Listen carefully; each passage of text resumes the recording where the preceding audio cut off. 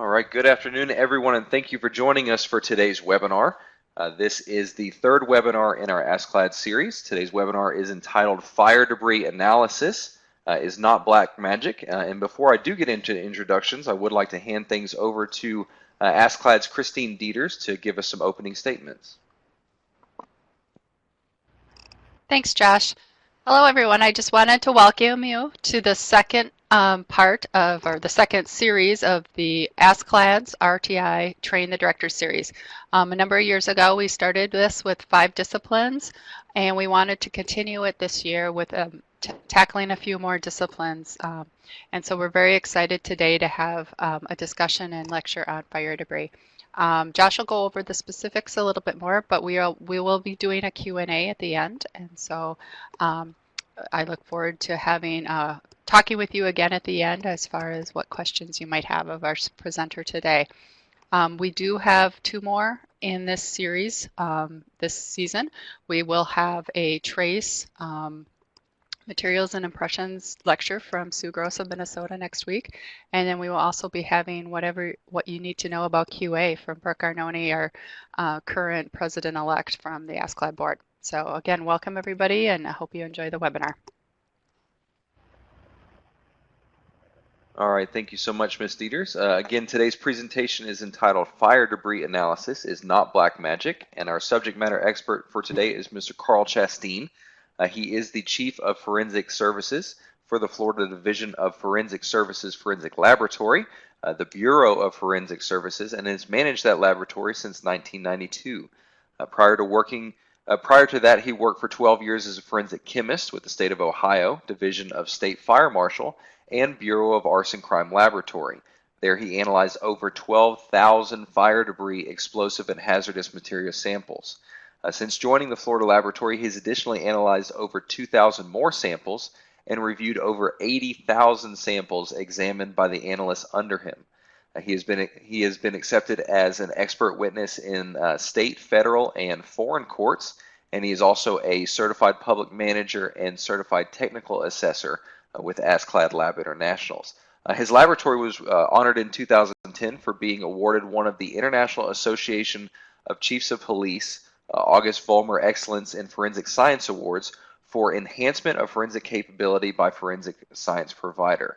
This was in recognition of the laboratory's continuing effort to keep the turnaround for providing results to under an average of only 8 days. This allows investigators to have relevant forensic information while the case is still active. Just a quick disclaimer, the opinions, findings, and conclusions or recommendations expressed in this presentation are those of the presenter and do not necessarily reflect those of the Department of Justice. Any products and manufacturers discussed are presented for informational purposes only and do not constitute product approval or endorsement by the U.S. Department of Justice. And now, without further ado, I would like to hand things over to our esteemed presenter today, Mr. Carl Chasteen. Hello, everyone. This is Carl Chasteen. Thank you for joining me. First off, if you happen to skip ahead and see how many slides there are, I want to apologize. I will confess that I will not take time to discuss each and every slide. Many of them were included as something that you may want to look at later, you may want to share with your analysts, just some background information. If you do have questions, as Josh said, be sure to write them down and we will get right into them. Fire debris analysis is something that I've been doing for quite some time. December the 8th was the beginning of my 39th year in fire debris and explosives analysis.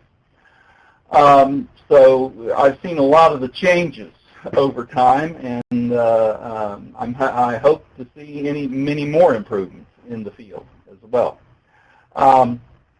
As we go through, as I said, if you see something that you want me to go back to readdress, let me know. With fire, we understand that the crime scene has been changed significantly because of the fire. Now, obviously, the worst thing that could happen to a fire or a crime scene is a fire, except maybe possibly a flood, but that also appears in what we're dealing with, in that that's how they're going to put the fire out. So we have to be aware of all of these factors when we're looking at fire debris analysis.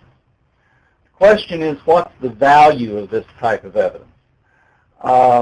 Basically, all that we're going to be able to say is that we have an ignitable liquid. The fire debris analyst cannot say how it got there, when it got there, how much was poured in the scene. We have had situations where we found gasoline on a piece of carpet from a bathroom, and it turned out to not mean anything because the person who lived there actually had a motorcycle and cleaned his carburetor in his bathroom. I've seen newspaper over 100 years old used as insulation in the walls of a house, where we pulled it out and we found a heavy petroleum distillate that was still present due to the newsprint itself. We also can't tell you how much ignitable liquid was there, because even though you may be able to quantitate what was in that particular sample that you're testing, does it mean that you had 500 milliliters of gasoline poured in one spot, or does it mean that you had 4 liters of gasoline spread over the entire room? There's no way for the analyst to say that. So we have to be very careful about what we find in fire debris analysis. If we have a negative finding, it does not necessarily indicate that there was no ignitable liquid. All it means is that there was no ignitable liquid on that particular sample. In fact, ASTM E1618 is recommending both the use of a positive and negative qualifying statements in the reports, which will go on to say that with a negative, it doesn't mean that an ignitable liquid was not used, and with a positive, it does not necessarily mean that the ignitable liquid was used to accelerate the fire. There could be other reasons for that ignitable liquid being present. Does it prove that a crime has occurred? As I said, not necessarily. We mentioned the gasoline on the rug next to the bathtub, kerosene on a piece of carpet next to a kerosene-fueled heater, lamp oil where somebody dropped and broke a hurricane lamp, heavy petroleum distillate on newspaper. Those are all very common things. In fact, as the sensitivity of our instrumentation has become greater and greater, we have actually been able to see lower and lower levels of ignitable liquids that may be present on various manufactured items as artifacts from the manufacturing process. We'll talk about that a little bit more later on. So with fire debris analysis, we are providing prima facie evidence of the presence of an ignitable liquid. But the investigator is going to have to be the person who finds out and develops the case and develops other types of evidence that are going to be necessary in order to prove the crime. Obviously, we are providing some assistance, but it's going to be up to the investigator to really make the case. Okay? I'm trying to go through my notes here so I don't get stuck on anything too long. If you do have an analyst and you do find an ignitable liquid, what are the limits to what an analyst can actually say? Well, they can describe how the extraction process was conducted. They can tell you how the analysis was conducted. They can give you the rationale for how they made their determination. They can tell you about the ignitable liquid that was found, and they can tell you what it is not. But further than that, they really can't go much further. We will talk about comparisons, comparison samples and control samples, but I wanted to mention that, you know, with fire debris analysis, we are not at a place where you can do comparisons of gasoline found from burnt carpet to gasoline in the possession of the suspect. The main problem is that when you extract the gasoline from the carpet, you're also pulling out a lot of other compounds that are going to be in the background, that many of them are going to be the same compounds that we're looking for in the ignitable liquid. So this is going to affect our ability to do any comparison. Even with a liquid-liquid comparison, we have a problem in that there are variations in deterioration, what was the container that it was placed in, what had been in that container before the gasoline or kerosene or whatever the ignitable liquid was placed there. We have to be very careful about what we're going to try to make a determination on. Of all the forensic disciplines, I really think that fire debris is probably the largest gray area, except maybe for explosives analysis as well. Most other forensic disciplines, you're trying to identify one or two chemical compounds from a relatively benign matrix. However, with fire debris, we're seeking to see a very complex mixture of many different organic compounds from a background that also has a lot of the same organic compounds that are being created from the burning of the matrix or possibly just from the material itself or the glues or other types of materials that it is composed of. The old story is it's trying to find a black cat in a darkened room. The analyst has got to be able to understand what they're looking at. The process begins with the extraction. The majority of ignitable liquids are all going to be from the refining process. However, there are some that might come from other processes as well. The ones from the refinery owe their origin to crude oil. And an analyst should have a very good understanding of the refinery process so that they can get a good understanding of how crude oil is processed and how it is sold. We have to remember that the refinery has one primary purpose: make money. And so therefore they're always looking out to see what sort of products can be made. Over my many years, I've seen many different products over the years that we've come to see. It was in the mid-'80s that we began to see something that we now call a naphthenic paraffinic product. Back then, when we first saw it, it was like, what in goodness' name is this?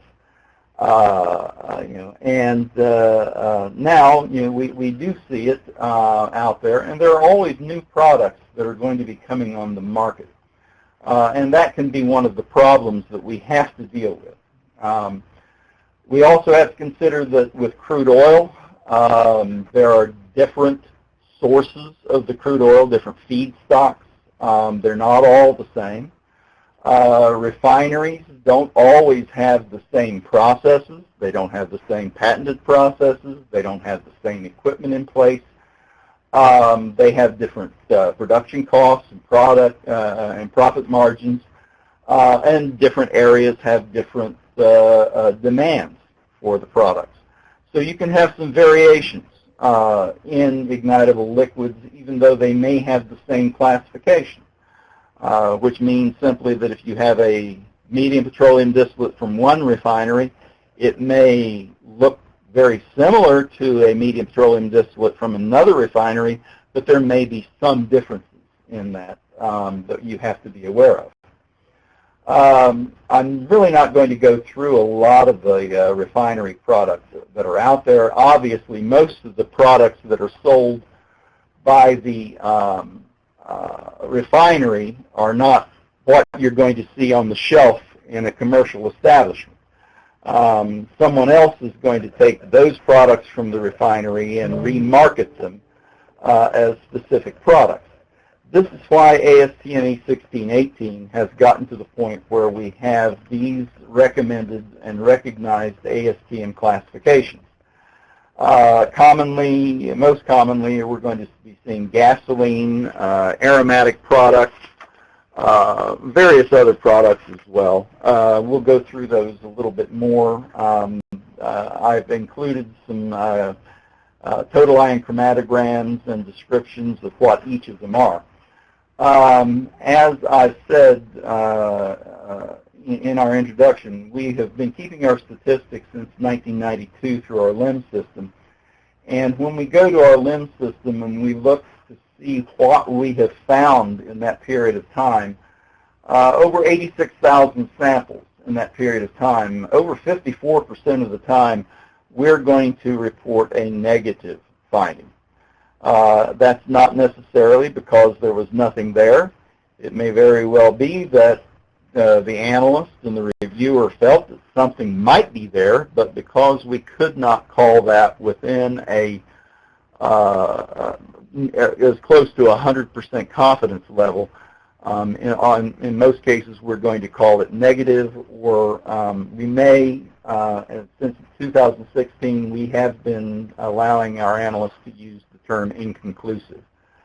The most common ignitable liquid in our laboratory here, as well as in the Ohio laboratory when I was with them back in the ancient times, was gasoline or a gasoline mixture, followed immediately by petroleum distillates. Oxygenates can be a fairly high percent, or not fairly high, but about 1%. But as you can see, almost everything else except for miscellaneous is a very minor percentage of the types of findings that you might find. And miscellaneous can include very unusual materials, as well as, in many cases, turpentine or various types of terpenes or terpenoids. So we want to be aware of, these statistics are accurate for our laboratory, but other laboratories I've spoken to who have a fairly high volume of ignitable liquids, I think those are very similar statistics that they may be finding as well. As I said, I've included some slides on what the various products are, some of the chromatograms, total ion chromatograms, some of the items and issues as far as their classification and composition. All of these are important items for an analyst to be aware of, to understand, and to be able to explain whenever they get on the stand.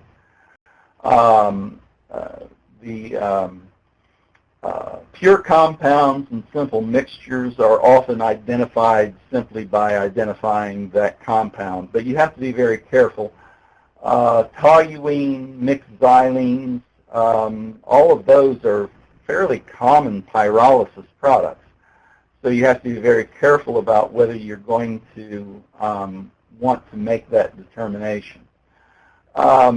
If at all possible, it is best to get a comparison sample or an exemplar of the matrix so that you can see if that matrix has some of that material as an inherent product or can be produced from pyrolysis of that product. Biofuels are something new that laboratories have to be cognizant of. The alcohol-containing fuels, oxygenates, some laboratories are set up to screen for and identify oxygenates within the same run where they're also looking at the heavier ignitable liquids.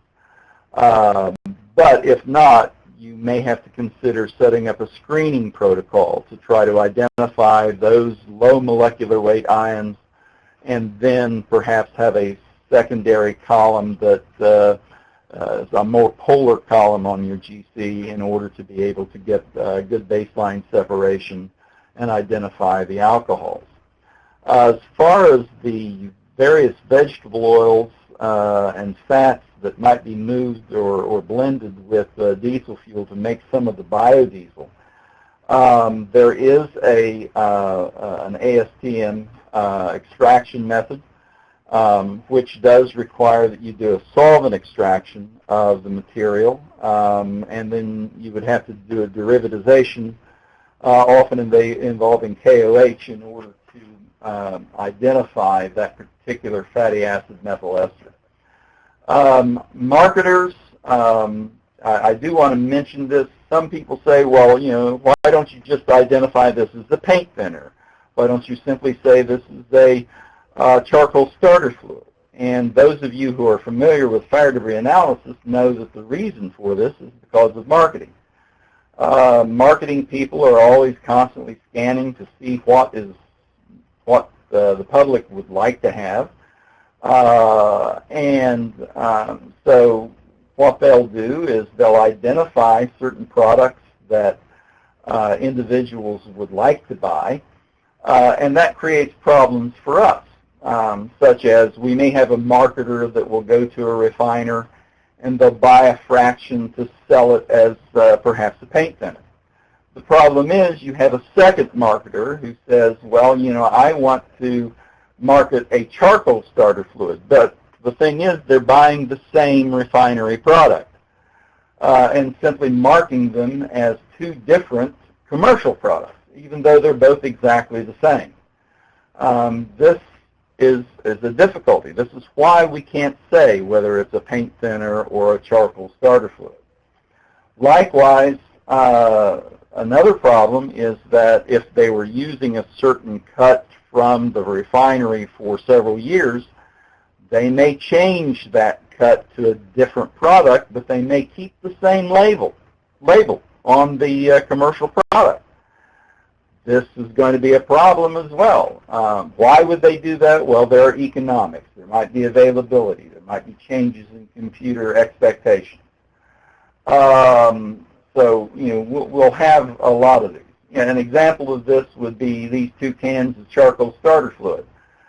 They look exactly the same, yet if you actually look at the total ion chromatogram, one of them, when it was sold, was a petroleum distillate, and the other is a naphthenic paraffinic product. And unfortunately, we can't tell the marketers exactly what to do. Basically, you can't trust the label. One of the sources of assistance that is available to us here is the Ignitable Liquids Reference Collection, which is available through the University of Central Florida. I've included the website. This is a searchable database with well over, I believe, 600. I should know. I'm the chair of the committee. Different ignitable liquids. We also have many of those ignitable liquids that we have deteriorated at various percentages. We also have many that we have degraded using microbes.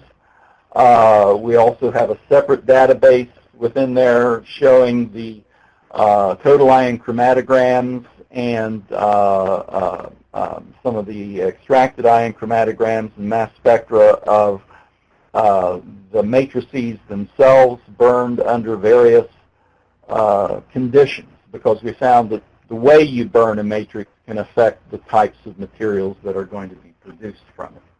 But this is an excellent website for the analysts because they can search for the patterns that they're interested in. You can search it by the various classifications of ignitable liquids, and even by various brands and even various carbon ranges. The value of it also is something that I've suggested to many of our investigators, that they should be able to go here. If they get a report from the laboratory where it says, we found a naphthenic paraffinic product, they may look at that and say, well, what in God's name is a naphthenic paraffinic product? Well, by going to this database and searching the database for the naphthenic paraffinic products, they're going to get a very nice listing of many commercial products that are naphthenic paraffinic products. It may help them out in their investigation. They may look at that list and say, oh, I saw that can on the shelf in the garage, and it may be very, very useful to them. So this is a very valuable database. The other thing is that, and we will talk about it when we talk about obtaining reference standards, it's one of those places where you can actually purchase the reference standard. They will actually spot the ignitable liquid onto carbon beads, place them into a vial. You will have enough that you can take 3 to 5 beads out of there, place it into another vial, add a solvent, reconstitute it, and you'll have your reference standard. It's a lot easier than going to Walmart and Lowe's and Home Depot once a year to buy a lot of things. So, you have to update it periodically. But it is a very important item. Analysts and investigators need to be able to talk to each other to clarify some of the unusual situations that we're going to run into in a fire scene. When we talk about the matrices from which we are extracting the ignitable liquids, most of them are building materials or furniture. If you've ever been to a fire scene with an investigator, which I would highly suggest to learn about what they're doing, they literally have to dig through the scene and dig up the samples. The same statistics that I referred to earlier, we also have our analysts put down what types of materials they're seeing in the cans. And the most common type of material is burned debris, simply because we can't identify it. Either it's such a mixture of so many different things, or it's just so badly burnt we can't say what it is. However, right after that, we see that we've got carpet and padding, we've got flooring, we've got cloth and upholstery, shoes, liquid containers, etc., etc. So we have a lot of different types of materials that we see and are going to see. As I mentioned earlier, we have seen that ignitable liquids are inherent to certain matrices because they are artifacts from the various manufacturing processes. Wood and turpentine, businesses and people have hobbies where they use various ignitable liquids, and they may be common within a person's home. Human tissue samples are something that each laboratory is going to have to decide whether they're going to be willing to look at it. I have done quite a few of them over the years. The first exposure I had was a human trachea because the question was the individual breathing the ignitable liquid before they expired? And so looking at the inside of the trachea, even though it was carbonized from being exposed to a huge amount of heat, there have been occasions where we have been able to extract and see and identify an ignitable liquid. Identification of ignitable liquids on lungs is a little bit easier to do, but it is also dependent upon the exposure, the amount of time and the concentration of the ignitable liquid to which the victim or the individual has been exposed. Skin is another area where the ignitable liquid could be used and found because a lot of times the ignitable liquid will soak into that subcutaneous fat level and be retained there.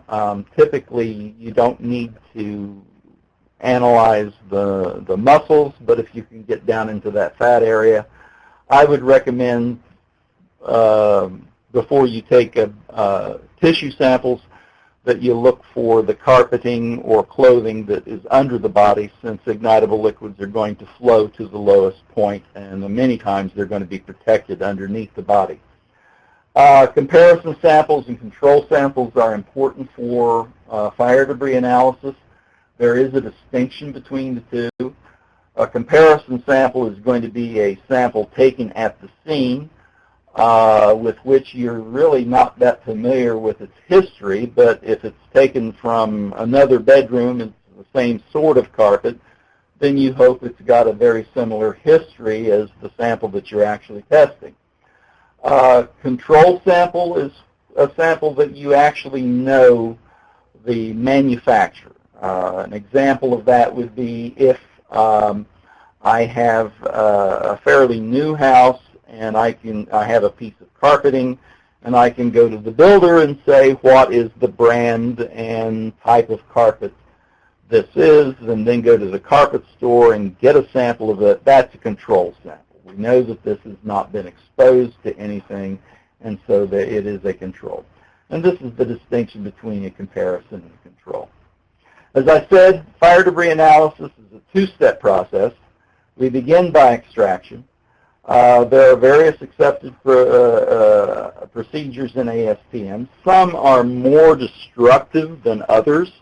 We would want to avoid the destructive methods as much as possible. However, there are some that, even though they are destructive or they require you to use a quote-unquote representative sample of the material, it may be difficult. But the techniques that are listed here you can find in ASTM. We'll talk about them a little bit more. Solvent wash. I did solvent wash for 12 years when I was with the Ohio laboratory.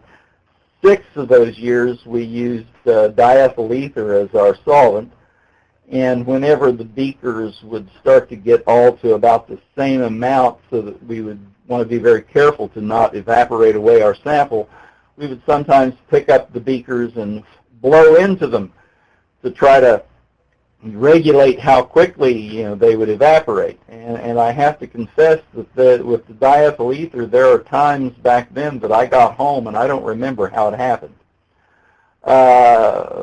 Simple headspace, we'll talk about dynamic headspace and active headspace, passive headspace, and we'll talk a little about the SPME or solid phase microextraction. Of these techniques, solvent extraction has a good value. It is highly labor and glassware intensive. You have to take a representative sample, and once you've tested it, it's really no good for anything else. There are a lot of multiple sources of potential contamination that you have to take care of in your quality assurance procedures.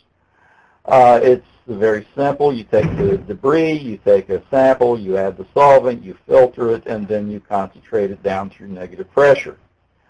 Solvent wash has the biggest advantage is that no other technique is going to give you as complete a representation of all of the components of an ignitable liquid that solvent wash will give you. You can prepare multiple samples in a short amount of time. Okay. Simple headspace is highly recommended to be used only for screening, as it is one of the least sensitive of all extraction techniques, where you're just basically taking a vapor sample of the heated debris to pull out the vapor sample and inject it into the GC mass spec. Dynamic headspace concentration, this is used this and the active headspace concentration are used primarily in Canada and Europe. They do not use the carbon typically, but Tenax, which is a polymer, is often used instead of the carbon. I have not used it, but in speaking to many of our colleagues from Canada and Europe, they are very, very positive about it. Probably one of the biggest advantages of it is that you can actually thermally desorb the container where the extraction has occurred, and that way you don't have to worry about a solvent in this. It is sensitive, it's representative, and it is a very rapid extraction time. Possibly the most common extraction process in the United States is the passive headspace concentration technique. The value of it is that it is also extremely non-invasive. In many cases, the analyst, if there are other types of forensic tests necessary, can move quickly onto those other types of tests.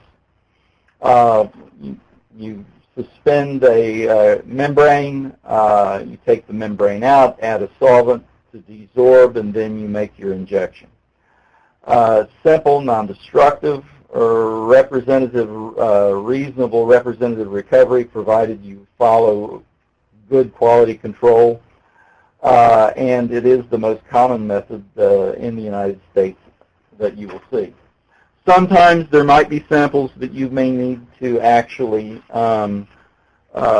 use multiple techniques with.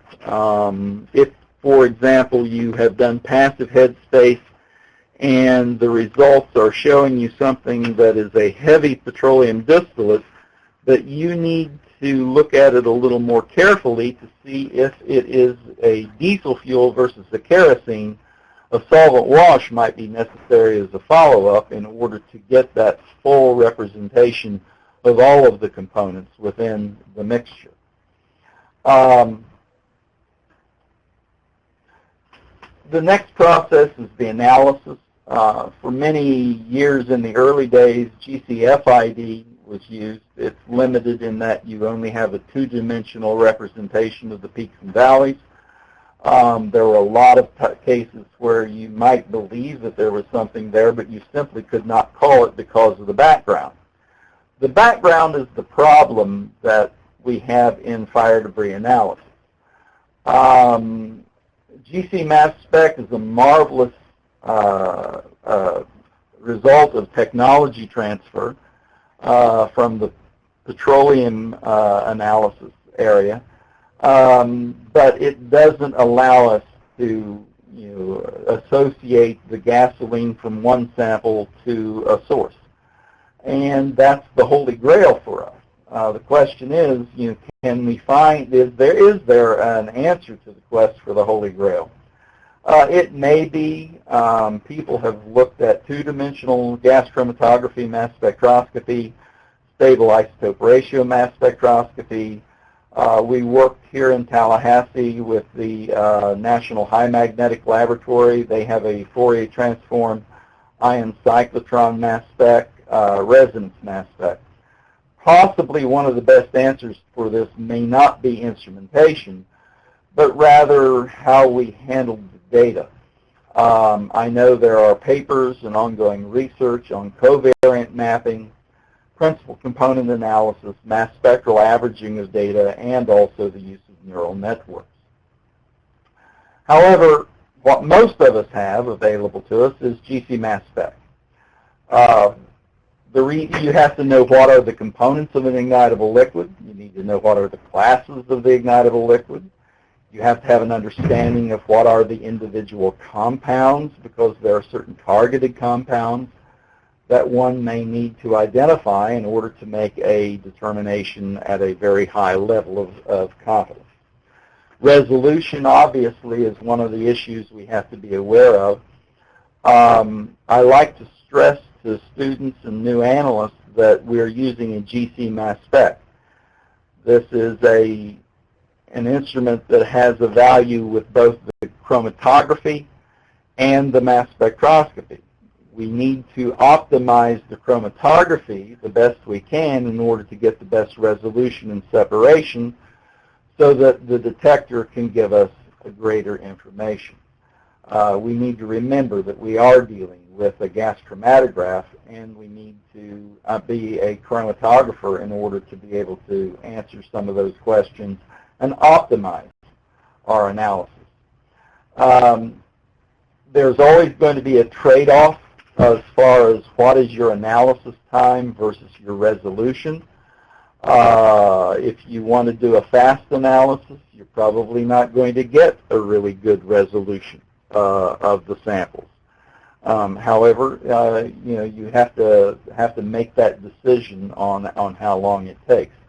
I know here in our laboratory, our analysis time, not counting the cool down and stabilization, I believe is about 17.5 minutes per run. It's possible to use fast GC to do it even faster, but that's something that you're going to have to be concerned with. Coelution is always a bugaboo in fire debris analysis. Consider, for example, that gasoline has over 400 different compounds. Yet, when we look at most capillary column GC analysis, we'll see gasoline broken down into about 220 to 280 components. Well, if we know there are 400 components in gasoline, but we're only seeing 220 to 280, obviously we've got some coelution occurring.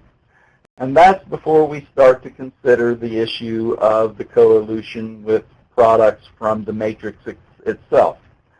So we have to be aware of what sort of coelution could be occurring and what we can do to try to resolve that. The National Institutes of Science and Technology does have a free download of a product called AMDIS, which was originally designed to be able to deconvolute mass spectra. The other value of this program is that it allows you to open GC mass spec data from almost any source, even if you don't have that particular software available to you. When we try to detect an ignitable liquid with the mass spectra, we need to do some profiling, where we're going to be plotting characteristic fragments within a range. We might use single or summed ions. We may do some target compound identification. Most importantly, we're going to be looking at the ratios and the patterns of the expected compounds and comparing them with reference standards, and then making a determination per the ASTM classification.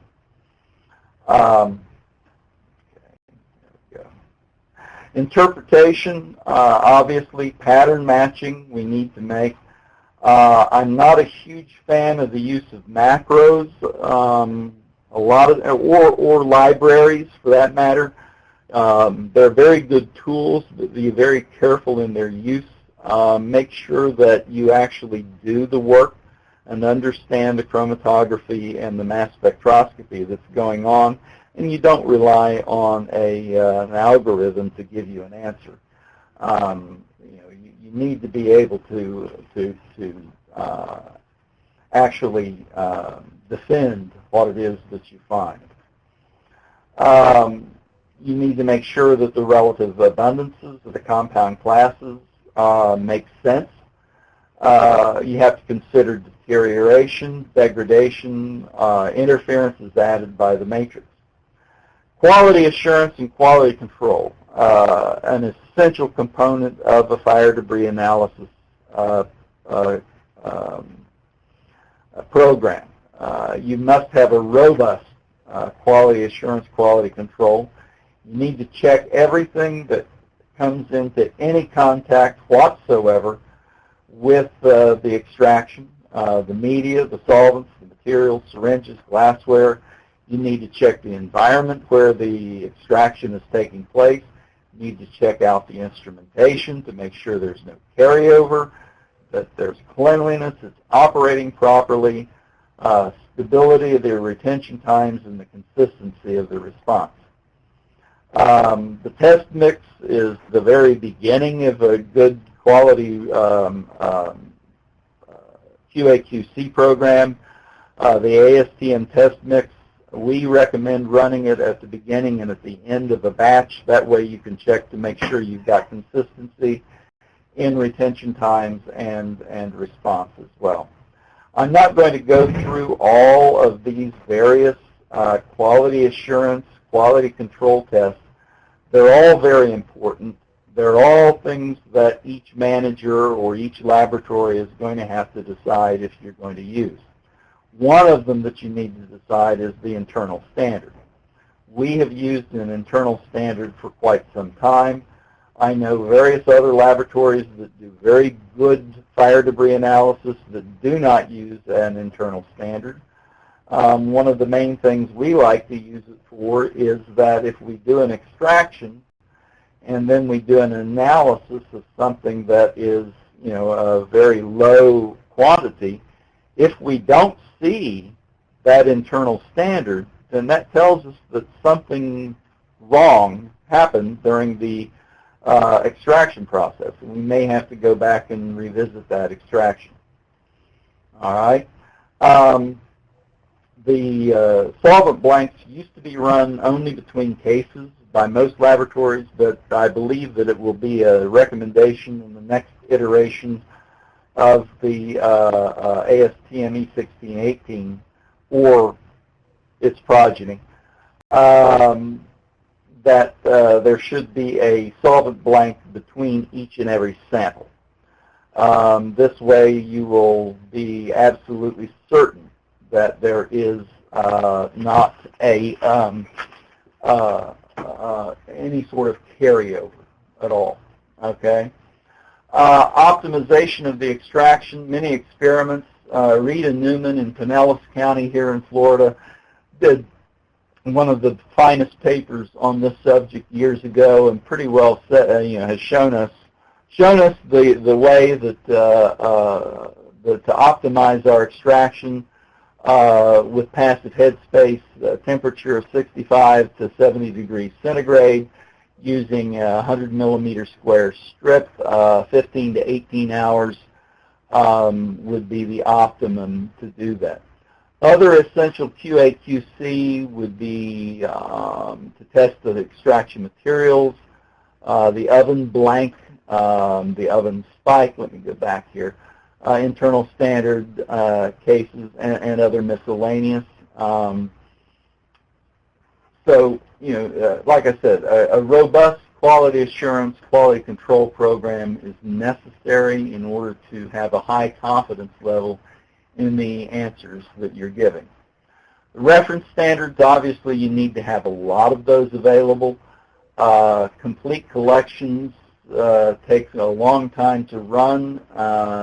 Obviously, you would need to do a complete collection whenever you have a new method or a change to the carrier flow, a new column, things like that. One of the things we do is that we run an example of each class of the each ignitable liquid class.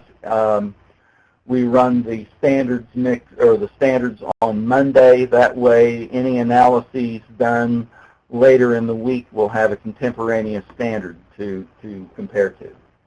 Okay. Other types of environmental contaminants. We might hang carbon strips at the sash of the fume hood or the threshold of the door, just to see, especially, let's say we've had somebody working on the air conditioner of the building where they've been spraying WD-40. We don't want to be doing an extraction at that time. We might want to check to see if we've got any contaminants in the air. Sample containers. Sample containers can be problematic depending on where they're stored, where they're purchased from. The sample containers that are used by the detectives in the field should be tested to make sure that they're clean and they're not contaminated. Instrumental QA/QC is essential. Also maintaining the evidence of the maintenance, service calls, changes to tuning parameters, et cetera, et cetera. As I said, the QA/QC is extremely important. The ovens for heating the samples, we like to use a forced air with a digital thermostat and then a NIST-certified thermometer to check the temperature on a periodic basis to make sure that it's correct. The instruments and materials for preparing the samples, activated carbon strips, the materials used to prepare and suspend the strip, the Tenax, etc., all of these.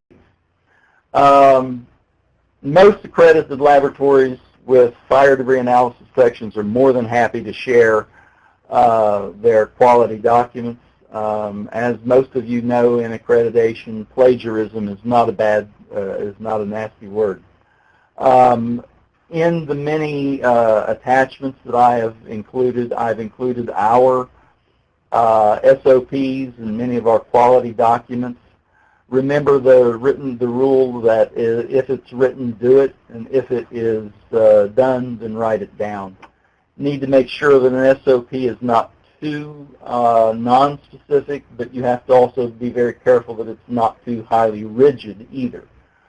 You need to find a balance in the SOP on how you're going to write it. You need to decide what extraction methods you're going to use and how you're going to perform them. What are the analytical methods and instrument parameters you're going to accept? What is your QA/QC? How are you going to make your interpretations? Are you going to set thresholds below which you're not going to make a determination? What's the wording that you're going to use in the report? And what is the minimum initial and ongoing training for your fire debris analyst? Essential references that you have to give consideration to.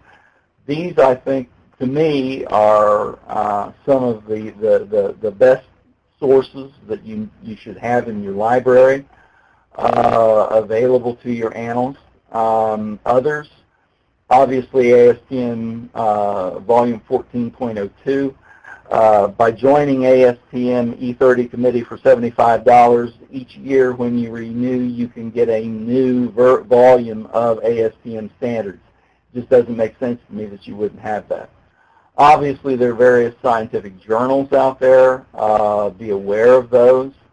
I have put the links to some of the T. Swigfex publications.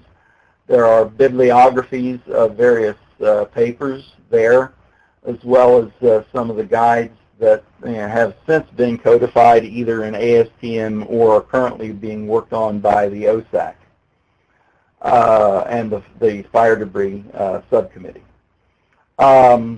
Reference standards, like I said, most people don't want to go to Walmart, Lowe's, and Home Depot because you're going to have to buy a lot of flammable cabinets to keep these, and then you're going to have to go out every year.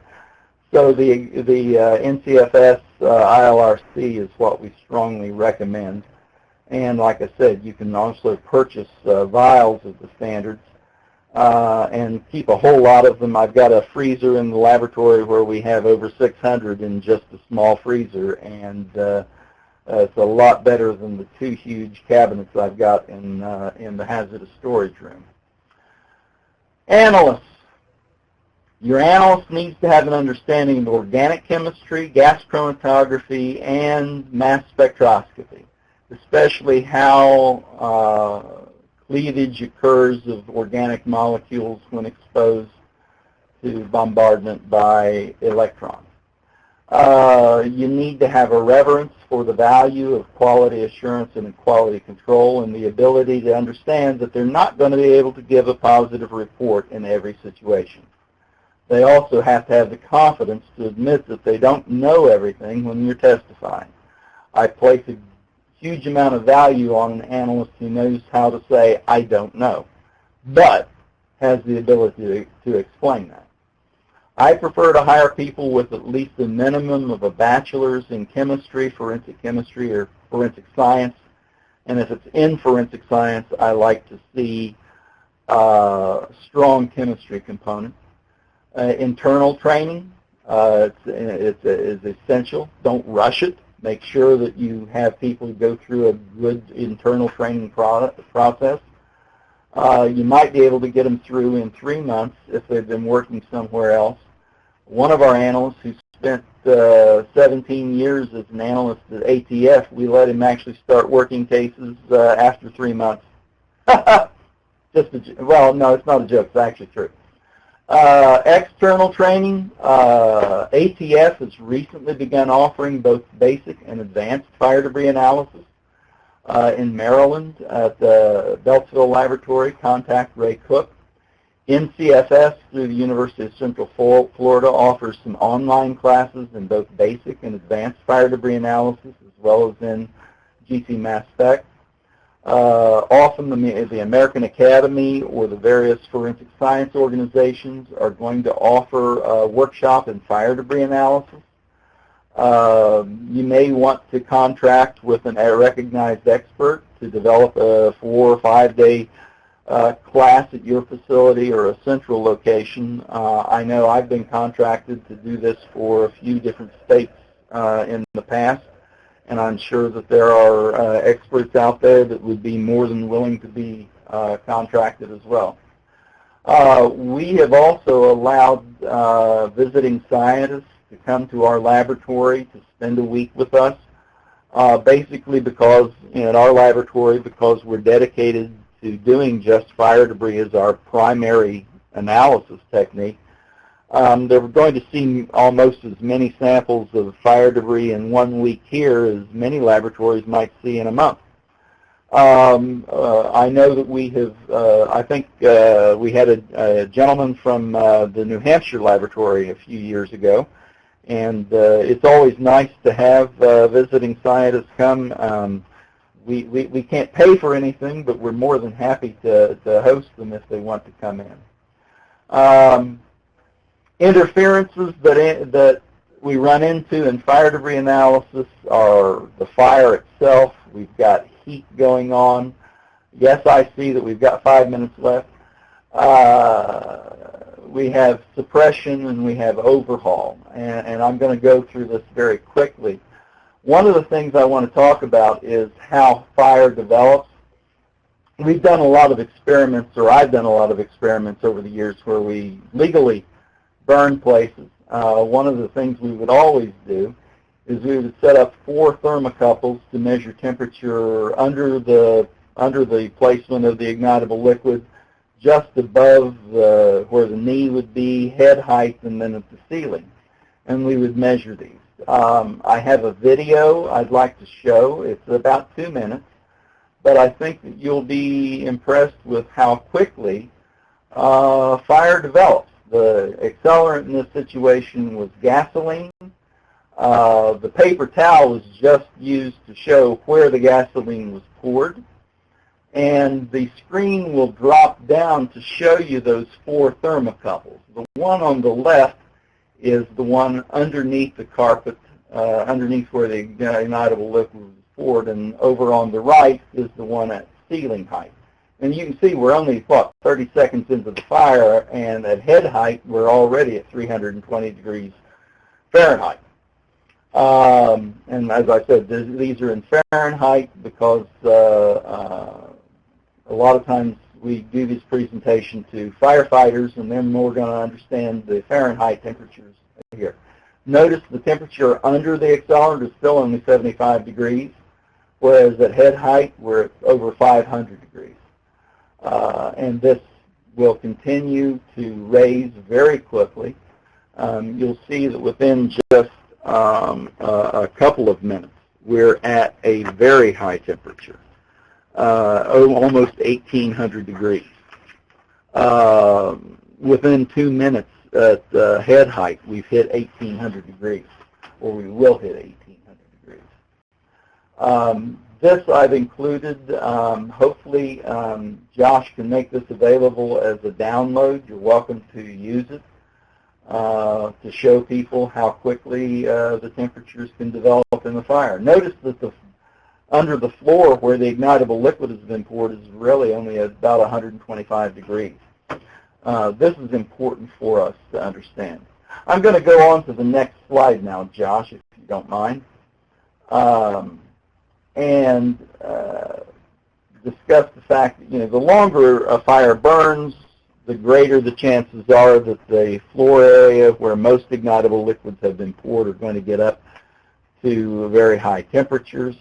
However, the process of ignitable liquids is that the ignitable liquid will be soaking into the matrix to a point where the heat will char the area, and hopefully, and what we always hope, is that it will lock in some of the ignitable liquid. And that is why we do the extraction, so that we can see if any of the ignitable liquid is left trapped within the matrix. And then there are some other reasons why an ignitable liquid may persist in an area. As I said, the fire itself destroys the evidence, but the other destruction that we have to run into is the suppression. Putting the fire out requires the inundation of the area with huge amounts of water. Overhaul, which is basically ripping everything out of the room to make sure that it doesn't rekindle. One of my co-instructors at the National Fire Academy, we have a class on recognizing the other types of evidence that might be present within a fire scene. He refers to the firefighters as the evidence eradication team. And while that may have some truth to it, we have to remember that the firefighters are showing up to put out the fire and to preserve and protect life. And to do that, they're not too worried about the evidence that might be left behind. And the effects of suppression and overhaul can have a very, very bad effect on what we have left behind. We also have to understand that there are ignitable liquids commonly found in various types of materials common to a home. Insecticides, lamp oils, furniture, polishing, no carbon required paper, vehicle additives, shoes, shoe polish, asphalt, various types of materials. Pyrolysis is one of the biggest problems that we run into. Most items, most complex organic molecules, when they're exposed to heat, will begin to break apart, and we're going to have materials left over. Polyvinyl chloride, which is one of the most common compounds in buildings. When side group scission occurs, will often produce large quantities of aromatic compounds, and it's an issue that we have to be aware of. Other types of common pyrolysis products that we're going to see in various situations. As I said, deterioration will affect the forensic evidence within a scene. The ignitable liquids are going to have some evaporation occurring. It's a relatively linear process with the loss of the smaller molecules preferentially before the heavier molecules. It's possible that an ignitable liquid could be consumed and deteriorated so much that it no longer meets the requirements of ASTM for a positive determination. An example of 50% deteriorated gasoline and a 98% deteriorated gasoline are here. Another interference is degradation by microbial degradation. Various microbes like to eat some of the components of ignitable liquids, and if the concentration of the microbes are high enough and the concentration of the ignitable liquid is low enough, and the amount of time is enough, you could actually have the degradation occur to the point where you are no longer able to make a determination. We're fortunate here in our laboratory in that Dr. Turner, who has done a lot of work in this area, it works for us now. The National Center for Forensic Science has added both deteriorated and microbial degradation as well. Let me move quickly into interferences. We want to talk about those. I'm trying to get through this as quickly as possible. We want to talk about containers that are acceptable and containers that are not, what we should expect based on our statistics, knowing our submitters, how they have to work a scene, working with them on packaging and preserving samples. I've included our guides as well as various copies of quality documents that I hope will be useful to you. How good is good enough? That's going to be up to you, but we like to be pretty well 100% sure before we make a determination.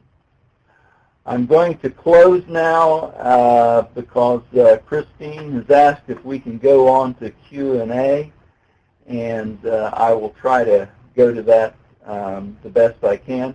Just a quick reference that the items that we have in the resources, I've included our SOPs, our guide for submitters, Florida Administrative Code that we have, which requires how people submit to us, our various papers from interns over the years, some IAAI articles, a couple of Journal Forensic Science articles, some swim charts for making assessments, a quick reference to ions and products, and some proposed standards from the Technical and Scientific Working Group for Fire and Explosion.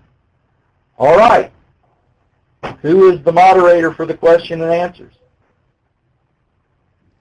Well, thank you so much, Carl. I am going to go ahead and be the moderator here. So I'm just going to start queuing up the questions for you. In terms of fire or smoke, In terms of fire or smoke's effect on blood evidence, is it possible that fire and smoke can chemically alter blood evidence and render it to test negative in a presumptive test for blood? There has been research done by ATS several years ago. Amy Michaud, Lee Bender, and I forget who else. The research they found is that a blood spatter, if it is in an area of the room where the temperature has gotten to in excess of 1,000 degrees, it's not going to be good for any sort of analysis. However, provided it hasn't been exposed to that high of a temperature, it should not affect the blood as far as its ability to do that or to do DNA analysis. Fire debris analysis, the extraction, the temperature that we use for the extraction should, in passive headspace, should not really affect the ability to find the DNA on materials. Okay. And to add to her initial question, does heat exposure cause changes in blood evidence that can be viewed microscopically?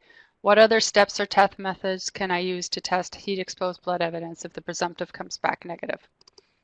I'm not that familiar with that. Mandy, if you will contact me offline, I will send you a reference for the paper that was done by Michaud et al. And they discuss a lot of this, and that they use Blue Star and luminol, and it all worked fine as long as the blood evidence was not too deteriorated by the heat. They actually found that when it was fixed to the wall, they had to wash it with water and still could bring it up with the luminol. Okay. And so Christy McElria asks, how accurate must an SDS for a particular product be? You have to be very, very certain. I don't, we like to say that you have to be 100%. With fire debris analysis, you have the combination of, you have to have the right total ion chromatogram, you have to have the correct ratios within that total ion chromatogram, you have to have the right extracted ion profiles, you need to be able to identify specific target compounds both by retention time and mass spectra, and then you have to go back to the total ion chromatogram and say to yourself, does this make sense? It requires all of that in order to make a determination. Great. And thanks, Carl. Would you be willing to put your email address into the chat pod so that people can contact you with that type Sure. of specific question? Yes. Okay. So then the next question is, what is the average workload for a fire debris analyst per month or per year? Well, I recently did that for one of my analysts who's applying to take the advanced class from ATF. For our analysts, it can run anywhere between 350 to 500 cases per year, depending upon how many analysts are working. We've only got 4 analysts, but one of our analysts has been ill for some time, so everybody's been taking up the extra workload. It depends on the laboratory, and it depends on the volume that you're getting in. As I said, here in our laboratory, in a week, we probably see as many or more samples as other laboratories might see in a month. Okay. So Carly Ridgegill says, I've noticed that many samples in the ILRC are classified differently, even though they are composed of the same compound classes or ratios, and the TIC EIPs look nearly identical. Have the classification criteria changed over the years? How should analysts referencing the ILRC take this into account when using it as a guide for classifying evidence samples?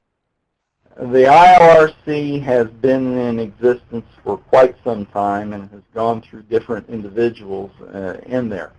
And over the years, we have seen some variations in the interpretation and what was willing to be accepted. We are trying to go through and make revisions to that. Right now, as the chair, I am more than happy to entertain any of the anomalies that people see and take it to the committee and say to the committee, do we need to reclassify this? Because we realize that there are occasions, especially where there was a borderline call. Do we call this, for example, do we call this an naphthenic paraphenic that has higher than expected normal alkanes, or do we call it a medium petroleum or a petroleum distillate? That was something that was discussed, and there have been changes. So if you have something that is unusual, that you're not certain about, send me an email. Let me know what it is if you see an anomaly, and I will bring it up to the committee, and we will see if we can make changes to that.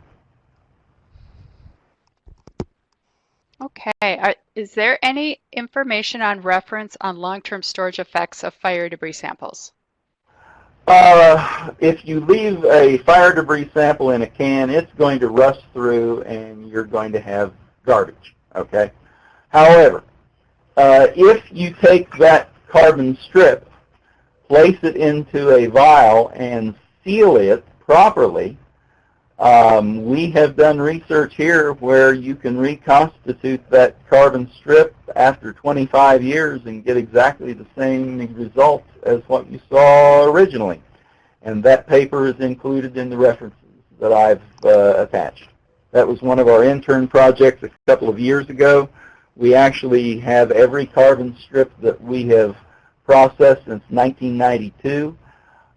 They went through, they pulled out a huge number of carbon strips at 25 years, 20 years, 15 years, 10 years, 5 years, and reconstituted them to see if there were any differences, and that was their project for their internship, and their paper is included.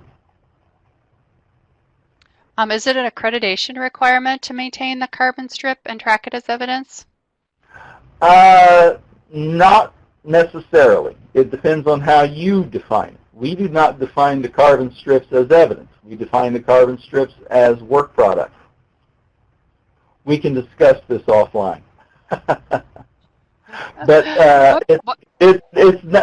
it's not a requirement unless you have defined it as such. What process would you follow if your QA carbon strips in various areas throughout the lab were positive for an ignitable liquid? Well, I'd have a question about anything that was tested within that period of time. Obviously, you'd have to know when you put the strip up and when you collected it, and if there were if there was work being done that day to do an extraction, I would have to go back and reconsider that. I mean, going back and re-extracting a batch of samples is not unheard of. I mean, it's necessary in certain situations. If there's a problem, if there's a possibility of contamination, that has to be a major issue that you have to consider. However, one of the other papers I've included in here is another intern experiment where we actually placed beakers of gasoline open next to samples inside of a fume hood to see if we would have contamination by proximity, and we really found nothing. So, it may not be as bad as what you think it could be, but obviously if there's any potential that you've got contamination, you have to really reconsider the work that had been done. Okay, do you have a suggestion for how investigators can get their can lots QC'd? We ask our investigators, each of our field offices for our, we have 13 field offices through the Bureau of Fire and Arson and Explosives Investigations. They're our primary customer here in Florida.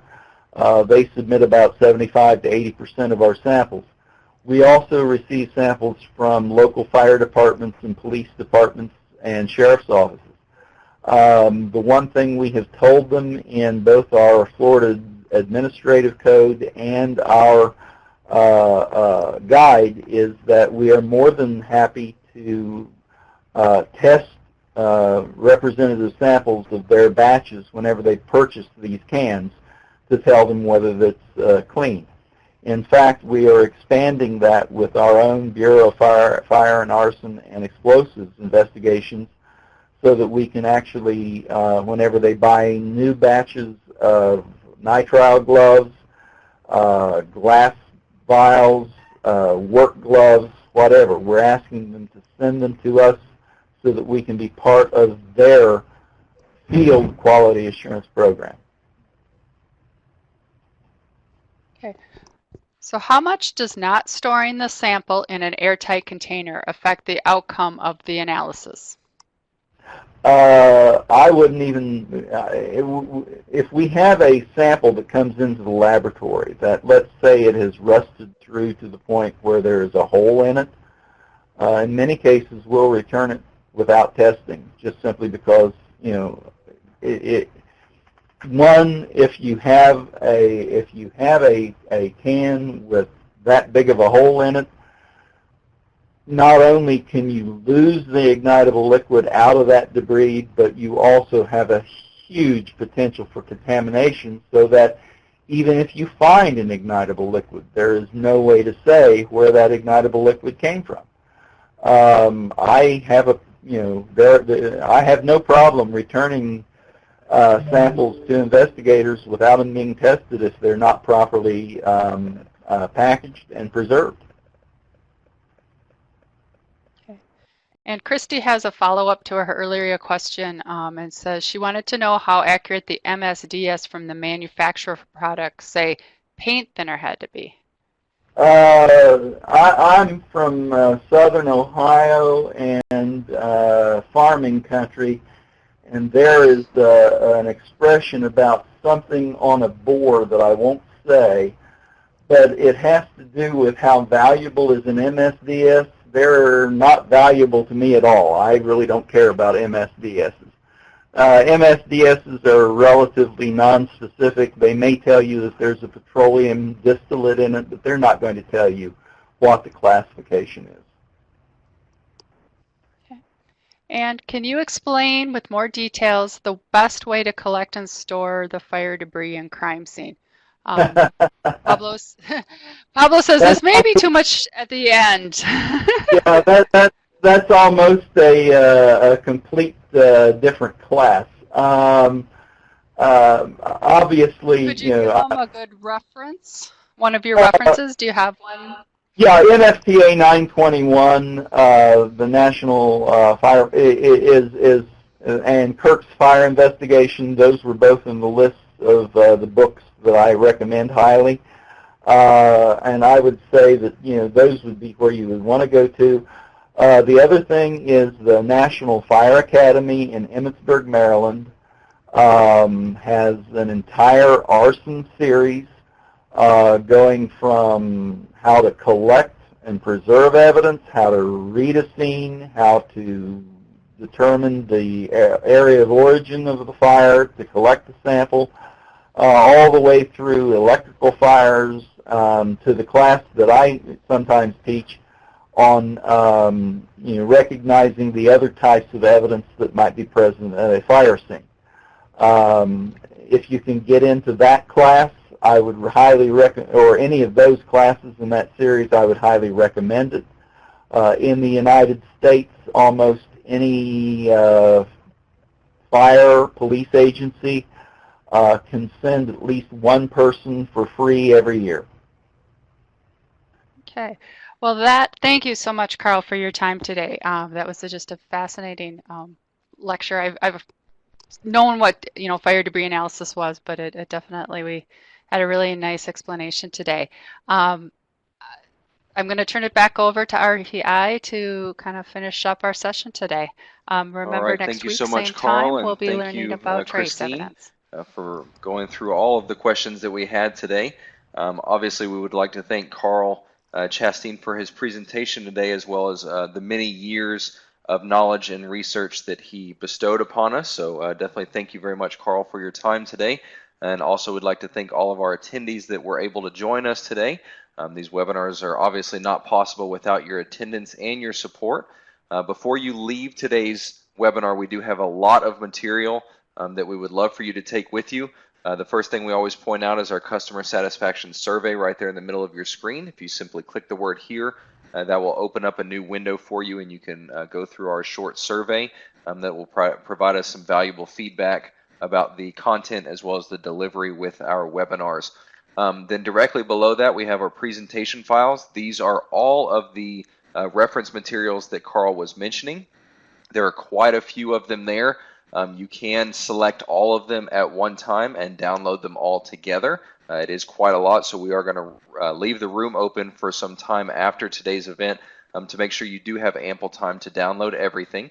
Also, in the bottom left-hand corner of your screen, we do have today's PDF version of the slide deck, so do make sure that you download that as well before you leave if you would like to. You will see Tyler there in the chat pod has put some information for our social media outlets, LinkedIn, Facebook, and Twitter, as well as our podcast and our website is coming up as well. So be sure to check us out on all of our social media outlets, as well as our new season of our podcast just started this week. So definitely subscribe to our podcast and listen to all of the offerings we have there.